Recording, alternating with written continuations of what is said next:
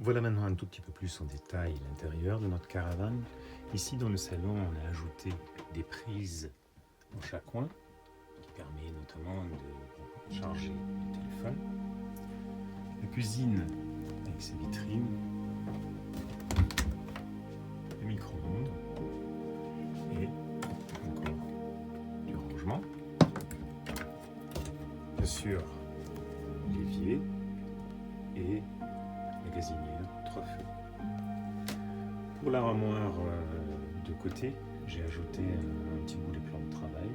Pour cela, j'ai renforcé la structure du meuble avec une petite roue pour supporter un poids supplémentaire. J'ai créé des petites intercalaires, ce qui permet que tout ne tombe pas pendant le voyage. Bien sûr, dans les tiroirs, il y a les rangements pour les couverts. Il y a en tout encore 4 tiroirs, ce qui est pas mal parce qu'aujourd'hui on n'en fait que 3, ça fait un de moins, mais franchement c'est plus pratique d'avoir 4. Je fais également des petits rangements pour que les verres puissent voyager sans risque de se casser. Encore un dernier tiroir qui est un petit peu plus profond, plus haut, moins profond mais plus haut, parce qu'il est derrière les essieux. Ensuite, on a ici le four à gaz qui permet de réchauffer des pizzas, du pain, de faire un petit gâteau. Et en dessous, le grand frigo la tour domotique qui, si mes souvenirs sont justes, fait 140 litres avec un grand compartiment congélateur. Après, on a l'armoire qui, avec sa largeur d'environ, je pense, 80 cm, il doit bien faire, laisse vraiment de la place pour ranger pas mal de choses. Et bien sûr, il abrite également la partie électrique de la caravane. En dessous, on a le chauffage Truma avec le système d'aération pour que la chaleur sorte dans toute la caravane.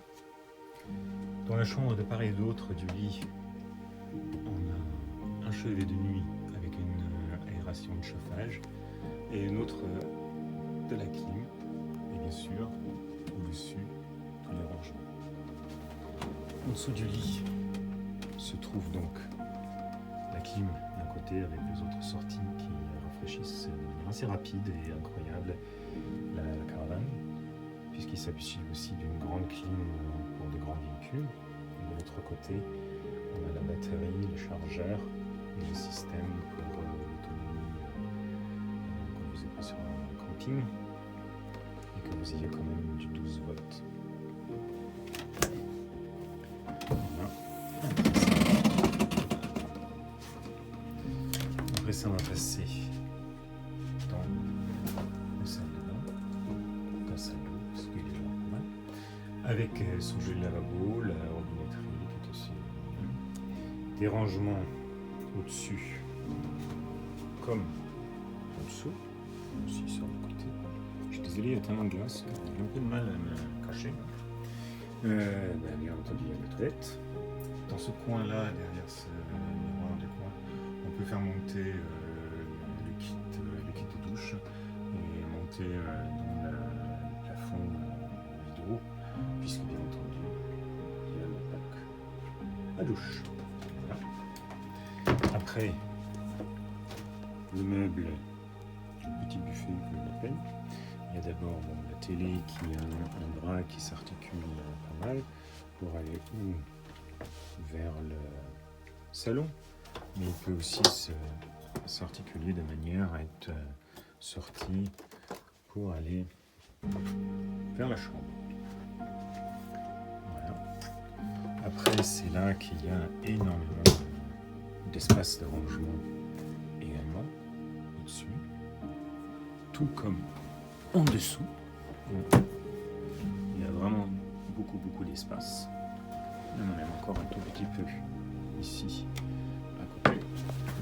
Et le buffet et la petite vitrine au-dessus. Voilà. Je pense que j'ai fait à peu près le tour de la caravane en détail. Encore un dernier petit tour comme ça.